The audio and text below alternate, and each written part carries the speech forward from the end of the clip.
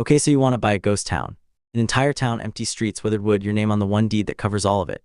No neighbors banging on shared walls, no city council telling you what color to paint anything, just you in a place history walked away from. That's the picture in your head, and it's a genuinely seductive one. People don't dream about owning a ghost town the way they dream about owning a gym or a car wash. They dream about it the way they dream about owning a castle. Here's the problem. Every other business in this series has something a ghost town does not. A customer walking in the door on day one.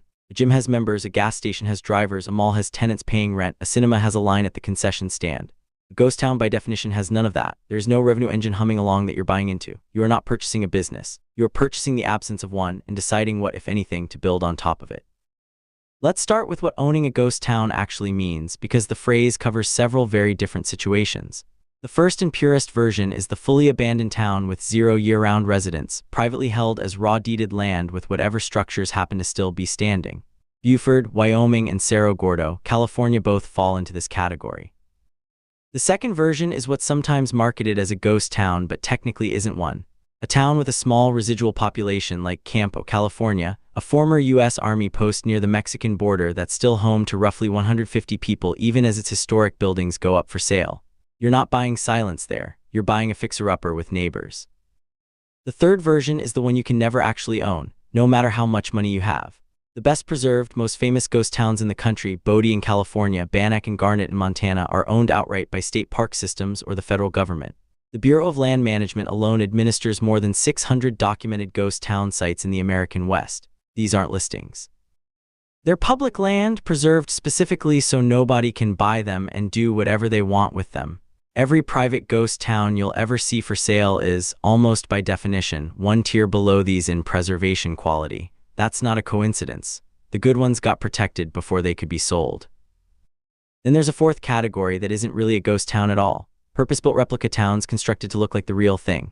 A property outside Albuquerque called Gabaldon, built from scratch as an Old West movie set, comes with 24 buildings including a fully functional hotel and a working stagecoach, and has been used as a backdrop for film shoots and events. It listed for $1.2 million. You're not buying history there. You're buying a stage set with a working plumbing system, which, depending on your business plan, might genuinely be the smarter purchase. So what does it actually cost to buy into any of this? The range is enormous, and almost none of it follows normal real estate logic, because the price isn't really tracking square footage or building condition. It's tracking story. In 2013, an abandoned gold mining town in California called Swansea sold for just $70,000, and that bought 100 acres of empty land and standing structures. On the other end, Campo's 28 residential and 7 commercial buildings, sitting on land near a national forest with a small population intact, listed at $6.6 million. In between sits most of the real market. Buford, Wyoming, 10 acres with a gas station, a 1905 schoolhouse, a cabin, and a lease cell tower, sold at auction in 2012 for $900,000. Cerro Gordo, California, 300 acres with 22 surviving structures from a 19th century silver boomtown, sold in 2018 for $1.4 million, well above its $925,000 asking price, after the sellers fielded roughly a dozen competing offers. A silver mining ghost town near Big Bend in West Texas, 62 acres with 20 standing buildings in its own mine, has been listed at $1.95 million.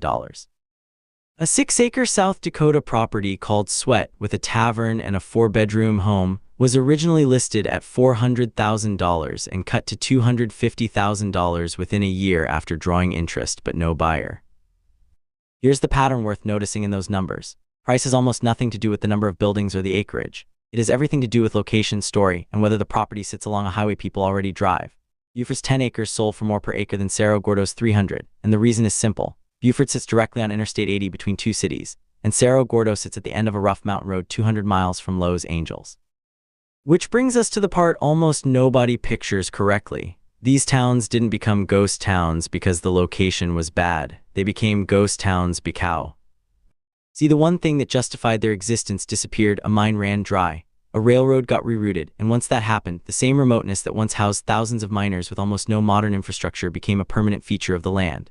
Cerro Gordo has no reliable water source to this day. Its current owner has had to haul water in by truck and pump it up from mineshafts 700 feet underground.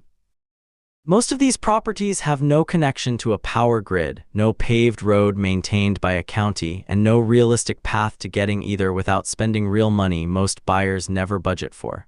The land is cheap for exactly the same reason it's hard to use. Now here's where the naive mental model breaks down completely. because this is the single idea that separates a ghost town from every other business in this series.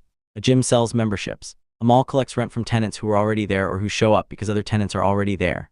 Cinema sells tickets and popcorn to an audience that exists whether or not that specific building exists.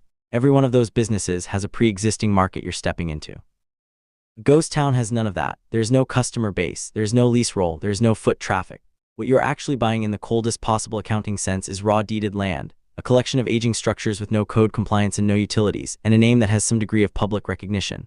That's it. Everything else, every dollar of revenue that could ever come from the property, has to be manufactured from nothing by you after closing. This is why almost nobody who buys a ghost town describes themselves as buying a business. They describe themselves as buying a project. And the honest financial reframe is this: a ghost town isn't an income property with some fixer-upper issues. It's an empty canvas with a light bill and a property tax bill attached, and the entire question of whether it was a good purchase depends on whether you can invent a working business model on top of land that was specifically abandoned because the last business model there stopped working. So how do the people who have actually done this make it pencil out? Two real examples show two completely different paths, and comparing them tells you almost everything about how this actually plays out. Start with Buford, Wyoming. Don Salmons bought the town's general store back in 1992 and lived there as its sole year-round resident for 2 decades, running what became known as the smallest town in America. When he decided to retire in 2012, the entire 10-acre property went to auction. A 3-bedroom home, a working gas station and convenience store, a 1905 schoolhouse, a cabin, a garage, and a leased Union wireless cell tower generating its own income regardless of who owned the land underneath it. Bidding started at $100,000 and closed within about 15 minutes at $900,000, purchased by a buyer who flew in from Vietnam specifically to attend. What made Buford different from most ghost town listings is that it wasn't purely raw land and empty buildings. It came with an already operating gas station on a stretch of Interstate 80 that, according to the auction listing, saw up to 1,000 customers pass through during peak summer months. In other words, Buford's buyer wasn't purchasing a blank canvas at all. He was purchasing a tiny, already functioning highway business with a novelty story wrapped around it, which is a fundamentally easier economic proposition than reviving a dead one. Cerro Gordo tells the opposite story. When Brent Underwood and his business partner John Beer bought the 300-acre silver mining ghost town in 2018 for $1.4 million, there was no functioning business on site at all, just 22 surviving structures from a town that once produced what's estimated at roughly $500 million in silver, adjusted for inflation, and once housed close to 4,700 residents at its peak. Underwood's plan was to restore it into an overnight hospitality destination, and the restoration has been slow, expensive, and occasionally catastrophic. In June of 2020, a fire destroyed the town's centerpiece, the historic American Hotel, along with an ice house and a cabin, erasing years of restoration work in a single night. What's kept Cerro Gordo financially alive isn't tourism revenue in the traditional sense. It's an audience. Underwood built a YouTube channel documenting the restoration that grew to more than 1 million subscribers, turning the property itself into a media asset, generating advertising and sponsorship revenue directly from the story of trying to bring the town back. Cerro Gordo makes an important point. Sometimes the actual product a ghost town owner ends up selling isn't lodging or land or minerals. It's the narrative of restoration itself. Then there's the outcome that never gets a documentary made about it: Swett, South Dakota. 6 acres near the Nebraska border, a tavern, a 4-bedroom home, and a local reputation for being haunted. Listed in 2014 for $400,000, it drew enough interest that the owners cut the price to $250,000 the following year, and even at nearly half off, no buyer closed. That's the version of ghost town ownership almost nobody talks about.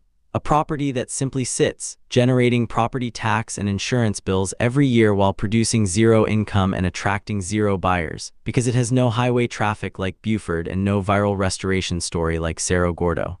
It's just empty.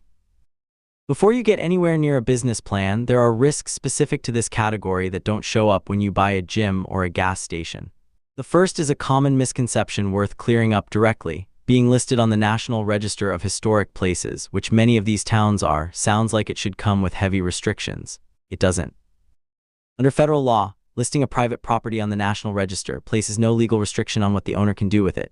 You can renovate, alter, or even demolish a listed structure using your own money with no federal permission required. The only time those restrictions kick in is if you accept federal grant money or federal historic tax credits for restoration work, in which case your renovation plans get reviewed against federal preservation standards. Skip the tax credit and you're free to do whatever you want, for better or worse. That freedom cuts both ways. It's also why so many privately owned ghost towns arrive in far worse condition than their government-owned counterparts, because nothing ever legally obligated the last 3 owners to maintain them. The second risk is the one buried underground and easy to miss during a walkthrough. Many of these towns exist because of a mine, and old mine workings carry both physical and environmental risk. Physically, unmarked shafts, unstable tunnels, and collapsing headframes are common on former mining land and are a genuine hazard to anyone exploring the property, invited or not. Environmentally, contamination from historic mining operations can trigger liability under federal cleanup law even for an owner who had nothing to do with creating it. Federal law does offer a specific legal shield here, the bona fide prospective purchaser defense, created by a 2002 amendment to federal environmental law, but qualifying for it requires conducting a proper environmental site assessment before you close, not after. Skip that step to save money up front, and you can inherit a liability that has nothing to do with anything you did. The third risk is simpler and far more common: theft and exposure. Empty buildings with no year-round occupant are magnets for scrappers looking for copper wiring and anything else of resale value, and remote, wood-frame structures a century or more old carry real wildfire exposure in the drought-prone regions where most of these towns sit. And because the property is vacant and often off-grid, a standard homeowner's insurance policy typically won't cover it at all. Owners generally need a specialized vacant property or commercial liability policy, which costs more and covers less than what a normal home policy would. Put real numbers to what a ghost town actually earns, and the honest picture looks nothing like the other businesses in this series. There's no trade association publishing an average net margin for ghost town ownership because there's no standardized product being sold. What exists instead are individual outcomes. Buford's gas station, pulling in up to 1,000 highway travelers on a strong summer day, generates the kind of small, steady retail income any convenience store on a busy interstate would generate, modest but real and flowing from day one because the business already existed at closing. Cerro Gordo, 6 years into restoration, has generated revenue from paid overnight stays as the lodging project slowly comes online, alongside advertising and sponsorship income tied to an audience north of 1 million subscribers. But that revenue took years to build and required an enormous ongoing capital outlay to get there. Capital that a single fire could wipe out in one night. And Swett generated nothing at all for over a decade, while presumably still costing its owner property tax and insurance every single year it sat unsold. That's really the entire spread of outcomes in this business. In the optimistic scenario, you buy a property like Buford that already has some functioning income stream attached to it, a gas station, a leased cell tower, a highway location, so you're not starting completely from zero. Holding costs stay manageable, the built-in revenue covers the basics, and the novelty of owning an entire town becomes a bonus story rather than the entire business plan. In the realistic to bad scenario, you buy a property like Cerro Gordo or Swett. No existing income, real restoration costs, real infrastructure gaps, and a business model you have to invent and prove entirely on your own, with no guarantee it works, and every dollar you spend on the buildings is a dollar you can lose to fire, theft, or a market that simply never shows up. The difference between those two outcomes isn't the quality of the buyer's business plan. It's almost entirely whether the property already had a working revenue source baked in before you signed anything. So does buying a ghost town ever actually work as a business? It can, but only once you accept what you're really buying. You're not purchasing cash flow. You're not purchasing a customer base. You're purchasing land, old buildings, and a name that already means something to people, and every dollar the property will ever earn has to come from a business you invent on top of a business that already died once. The town isn't the product. What you build on top of its silence is.